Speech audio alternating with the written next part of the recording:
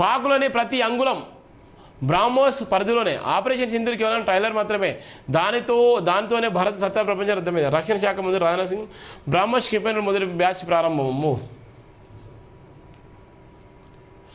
భారత్ నమ్మకాన్ని ముక్కలు చేస్తాం.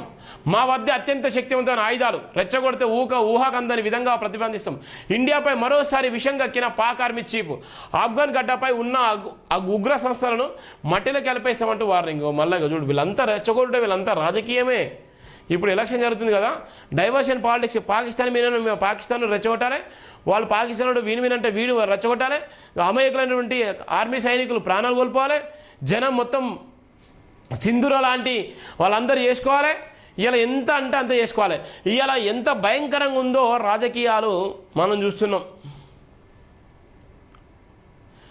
13,000 తగ్గిన వెండి, సుమారు 22,000 తగ్గిన బంగారం.